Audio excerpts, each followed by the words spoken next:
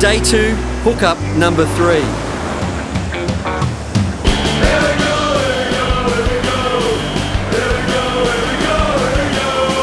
that gap, I've got over the top of that bommy and he's gone straight in that gap. Big fish? Probably 8 kilo. 8 kilo.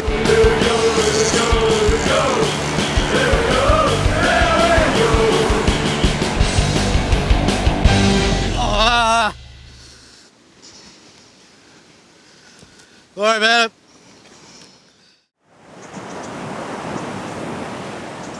Ray's the rock specialist, so let's let him explain the correct technique for landing jewfish in terrain like this. Or should I say hooking them, as landing them seems to be in the lap of the gods.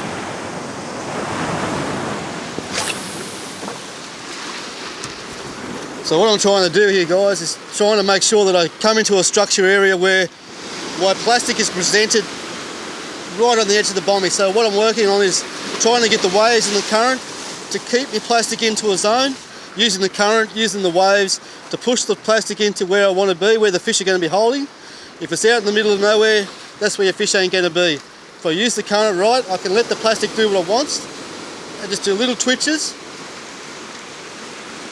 And so just trying to work that plastic away from a little bit of structure, looking like a wounded bait fish, coming out of an area where the jewfish will come out and smack that lure and then take off.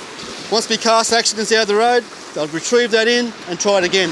And keep repeating that process until I get that right area. Might take a few casts, that's what it's all about.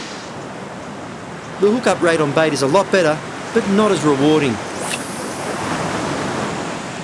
These are two of the main types of lures that you can use for catching jewfish off the rocks. Your shallow running hard body like this guy here, or your stick bait, which is the one that Ray is leaning towards here today.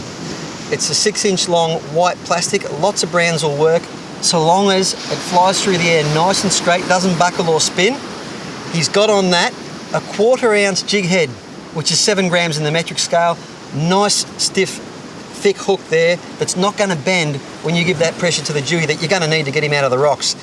Now, you can see there that that hook rides up, and if it does happen to get snagged on the rocks, you can jiggle it and get it off.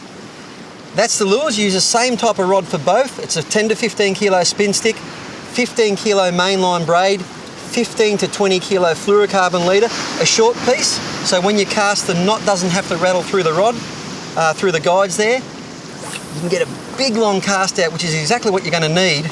But after that, it's all about the technique, and that's the tricky bit. Ray's got it down pat. Oh! Unfortunately, rock fishing is actually the most dangerous sport in the world, but it need not be. It's because people take risks. Now, Ray, he's fishing a spot that he knows well. He's keeping his eyes on the ocean. He knows an escape route. He knows this spot a lot better than I do. I'm quite a confident rock fisherman, but I don't know this spot as well, so I've got that slightest bit of doubt. If that happens to you, do what I'm about to do now.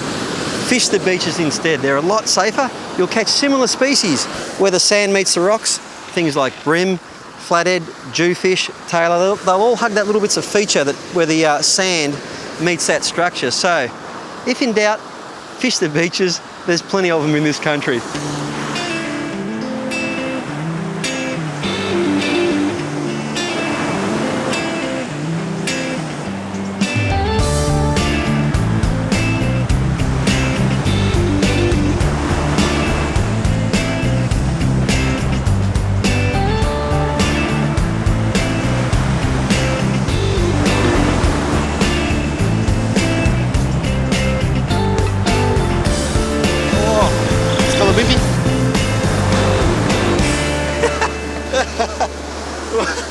We caught a jewfish.